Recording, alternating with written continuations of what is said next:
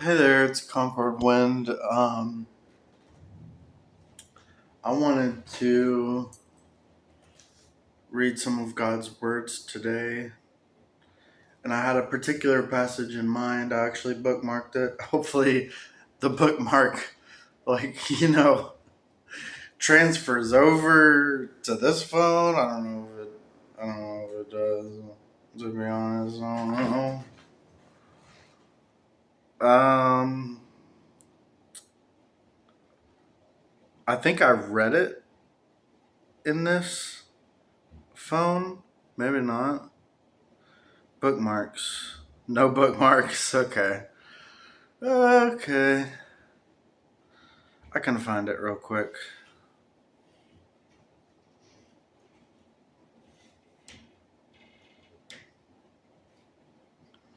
Alright, I found it. Alright, today we're going to be reading in How to Know Man's Nature. So, um, I'm excited to read in this passage for you guys. And it's for me too. And, I made that post. I don't know if you guys saw it, but I made a post talking about how you don't need to worship me or idolize me because, I'm just somebody who's received the grace and judgment of God, and I've been saved by God, and God's done a lot of work on me. And it was 80% God, 20% me. The 20% was I chose God, and the 80% was God chose me. And so, I was a horrible person before all this. Hold on. All right, I'm back. Sorry about that. So, anyways, yeah, I used to lie, cheat, and steal. I was very arrogant. I took some shrooms back in 2013 that made me think I was God. And even after I came down from the trip, I still had thought that, it changed my perspective, it made me think I was God, which I'm obviously not. That's why, even the drugs people say, have like medicinal value, like shrooms, and I believe shrooms do have medicinal value, psilocybin containing mushrooms. I believe they do have, or psilocybin, however it's pronounced. I don't know if it's psilocybin or psilocybin, but anyways, I do believe psilocybin has medical use, but in small doses. Because if you overdo it, it can give you delusions and psychotic symptoms. And you know, my friend Devin, I don't know if you're watching this, Devin, but redheads apparently have a higher tolerance to drugs than other people.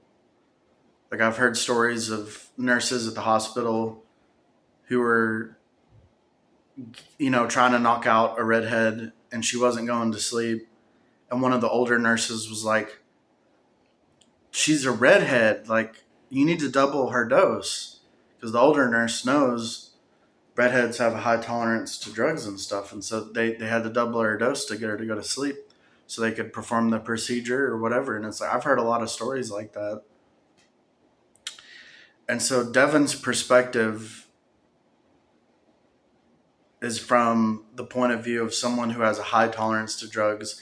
So he thinks there's nothing wrong with using drugs recreationally. Pretty well, basically is. I mean, he. I shouldn't say that. He knows that it's wrong in a way, but at the same time, he doesn't. I don't know. I don't know. And I'm not saying. Well, anyways, he knows, but he's like, I don't know. I can't understand his mind because I'm not him, you know. I'm not that guy. I'm just me, I'm just Concord Wind or Cody, whatever you want to call me. That's my real name. It's Cody. Um, But the point is that I think his perspective is skewed from being a redhead and having a high tolerance to drugs. So he thinks drugs aren't that bad because like he has a high tolerance to them. So he hasn't gotten like psychotic symptoms from drugs. So like, and whatever you experience yourself, you assume it's the same for everybody else. Have you noticed that with people? I used to be that way. And now I really think about things and I'm like, okay, just because I'm experiencing it this way doesn't mean other people are. I have to really think about that and analyze my situation. All right, let's go ahead. Let's get into God's words. It's enough stalling. How to know one's nature. What things make up a person's nature? You only know of man's shortcomings, defects, intents, notions, negativity, and rebelliousness, but you are unable to discover the things within man's nature. You only know of the outer layer without being able to discover its origin, and this does not constitute knowledge of man's nature. Some people admit to their deficiencies and negativities, saying, I understand my nature. See, I acknowledge my arrogance. Isn't that knowing my nature? Arrogance is a part of man's nature, that much is true. However, it is not enough to acknowledge this in the doctrinal sense. What is it to know one's own nature? How can it be known? From what aspects is it known? How specifically should one's nature be perceived from the things one reveals? First of all, you can see a person's nature through their interests. For example, some people have a particular adoration for famous and eminent people. Some especially love singers or movie stars, and some have a particular fondness for playing games. From these preferences, we can see what the nature of these people is. Here's a simple example. Some people might really idolize a certain singer. To what extent do they idolize them? To the extent that they are obsessed with this singer's every move, smile, and word. They fixate on this singer and even photograph everything they wear and then go on to imitate it. What issue does this level of idolization toward a person show? It shows that such a person has only those non believer things in their heart, and that they do not have the truth, they do not have positive things, and much less do they have God in their heart. All of the things that this person thinks about, loves, and seeks are of Satan. These things occupy this person's heart, which comes to be given over to those things. Can you say what their nature essence is? If something is loved to an extreme, then that thing can become someone's life and occupy their heart, fully proving that the person is an idol worshiper who does not want God and instead loves the devil. Therefore, it can be concluded that such a person's nature is one that loves and worships the devil, does not love the truth, and does not want God. Is this not the correct way to view someone's nature? It is completely correct. This is how man's nature should be dissected. For example, some people particularly idolize Paul. They like to go out and give speeches and do work. They like to attend gatherings and preach. And they like to have people listen to them, worship them, and revolve around them. See, I'm going to stop right there. This is the part that I read when I made that post saying don't worship me, because I used to be a horrible person, and it's only because of God's grace and judgment that I'm the person I am today. Like that's what I read, and I was like, I do not want to be like Paul. I do not want people to worship me. I do not want to go down this path. And I do preach in public a lot, like on YouTube. So it just worried me. I got concerned for myself, and I want to rebel against that part of myself. They like to hold a place in the hearts of others, and they appreciate it when others value the image they present. Let us dissect their nature from these behaviors. What is their nature? If they really behave like this, then it is sufficient in showing that they are arrogant and conceited. They do not worship God at all. They seek higher status in which to have authority over others, to possess them, and to hold a position in their hearts. I don't want to hold a position in anybody's heart. I don't want to hold authority over anybody. I just want to be beneficial to other people. That's it. This is the classic image of Satan. The aspects of their nature that stand out are arrogance and conceit, an unwillingness to worship God, and a desire to be worshipped by others. Such behaviors can give you a very clear view into their nature. For example, some people really love to take unfair advantage of things, and these people seek to fulfill their own interests in all matters. Whatever they do must benefit them, or else they will not do it. They do not bother with anything unless it gives them some advantage, and there are always ulterior motives behind their actions. They speak well of anyone who benefits them, and they promote anyone who flatters them. Even when their favorite people have problems, they will say those people are correct and try hard to defend them and cover for them. What nature do such people have?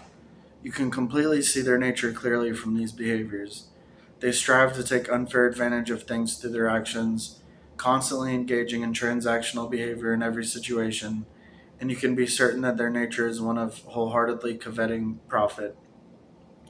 They are out for themselves in everything they do. They will not rise early unless it benefits them to do so. They are the most selfish of people, and they are utterly insatiable. Their nature is demonstrated through their love of profit and lack of any love for the truth. Some men are captivated by women, always fooling around with them wherever they go. Beautiful women are the objects of such people's affections and hold the highest esteem in their hearts. They are willing to give their lives and sacrifice everything for beautiful women. Women are what fill their hearts. That was me. What is the nature of these men? Their nature is to love beautiful women and to worship them and to love wickedness. They are lechers with a wicked, greedy nature. Why do I say this is their nature? Their actions reveal a greedy nature. These behaviors are not merely occasional transgressions, nor are such people only a little worse than ordinary people. Rather, they have grown to be completely occupied by these things, which have become their very nature and essence. Thus, these things have become revelations of their nature. The components of a person's nature are constantly revealing themselves. Anything a person does, regardless of what it is, can reveal that person's nature. People have their own motives and purposes for everything they do, and whether it be providing hospitality, preaching the gospel, or any other kind of work, they can reveal the parts of their nature without any consciousness of it, because a person's nature is their life, and people are driven by their natures for as long as they live. A person's nature is not revealed just on occasion or by happenstance, rather, it can completely represent the person's essence. Everything that flows from within people's bones and blood is representative of their nature and life. Some people love beautiful women, others love money. Some have a particular love of status. Some especially value reputation and their personal image. Some particular love or worship idols. And some people are especially arrogant and conceited, yielding to no one in their hearts and striving for status. They like to stand out from others and have authority over them. There are a variety of different natures. They can differ among people, but their common elements are resistance to and betrayal of God. In that way, they are all identical. Amen. You see why I wanted to read this passage? It touches on so much. Like it covers so many people.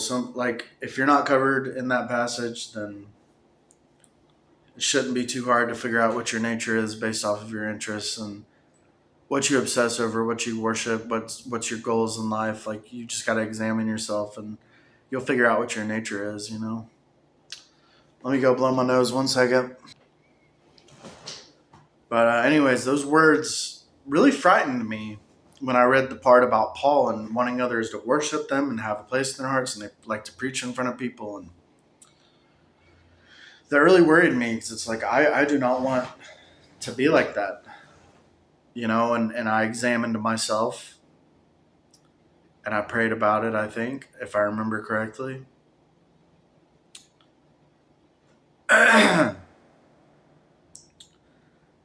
And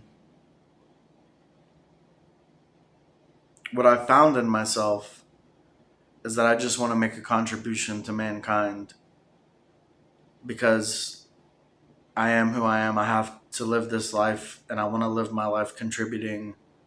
I want to live my life as a slave to God, a slave to the truth.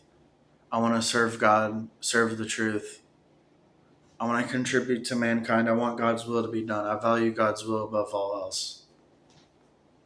You know, and that's just how everybody should be. It's not that I'm special. It's just how everybody should be.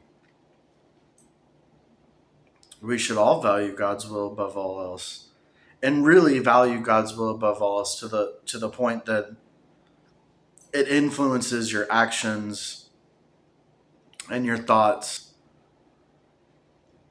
And no matter how you practice, as long as you yield results, as long as you're beginning to desire God's will more and more and more, as long as, like, if you're discovering your nature and you're rebelling against your nature, if that yields results, that's great. If you don't know your nature and you just skip the part about knowing your nature and go straight to just putting principles into practice, you know, that you've learned from God's words, and if that yields results, that's good too. Whatever works for you. So, anyways, I think my sister's here. We're gonna go to the gym, so I gotta go. I'm sorry to cut this short. God bless and goodbye.